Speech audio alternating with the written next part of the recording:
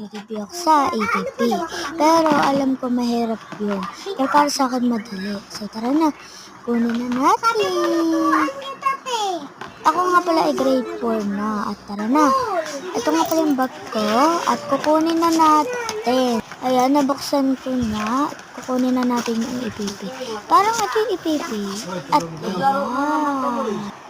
Tapos ito nga yung APP ay magbabasa na ako. Ayan, nabubulol pa ako dyan, ba? Sabi ko, ano ba page? Tapos ito, ayan, nabulol na ako, ba?